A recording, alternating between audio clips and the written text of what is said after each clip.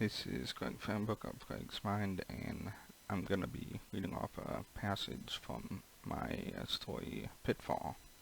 And this is the chapters from, it's chapter 28 of the rough drafts, and it's chapter 27, and it's known as God's Game.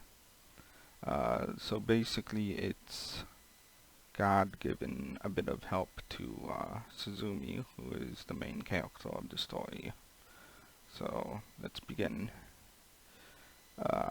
Past many geometric shapes in a black space, a light opens before me as a new and barren plain spars ahead of me.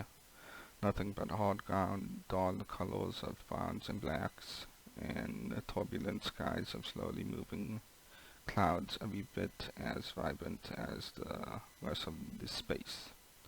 I trekked for ages, walking along and witnessing nothing more than dust moving in the wind. I know that this is the representation of my own foundation that I would use to survive. There is nothing, so at most all she ever did was copy others. Of all many incarnations, what once was here dwindled, so that I could have her establish a new one, but I may have left nothing for her to grow upon.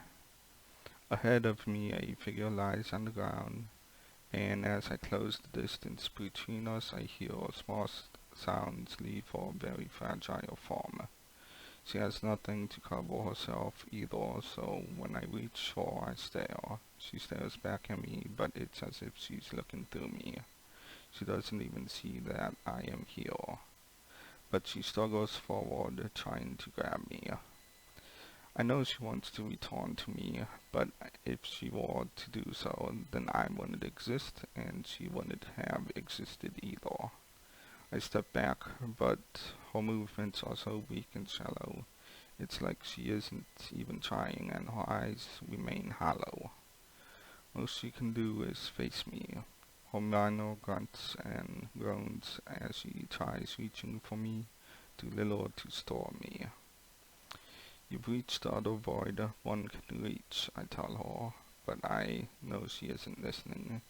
She just stands now, on very shaken legs. I reach a single finger to her and tap her forehead. She falls backwards like a newborn calf, forced onto her butt, then onto her side.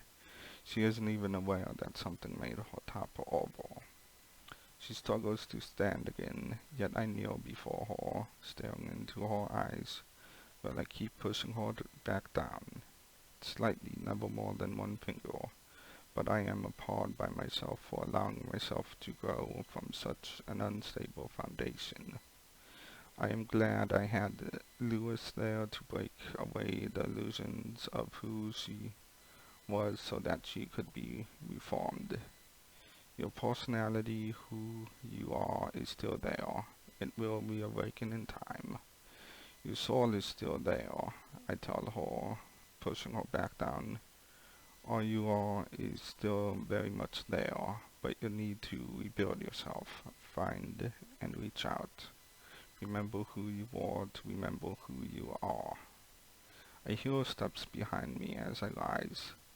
The ground behind Suzume falling away, and I face the man that is coming forward. The Neanderthal man that we first incarnated into to experience life on Earth. There are scars all over his bare chest, and the loincloth which covers his waist has some blood patterns from animals which he had killed along with his tribe. He was a leader, I know that, and he comes forth to give Suzume a proper foundation, one of perseverance. Your life was of revenge. He holds out his spear before me as if I'm to inspect it. He is the only incarnation of mine that doesn't care who I am. He sees me as an equal to him. Many other incarnations always held me above them, but he doesn't care. I stand, planting my foot firmly on Suzume's chest as she tries to move it away from her, but she is too weak to do anything and just bats at my foot as if it were a toy.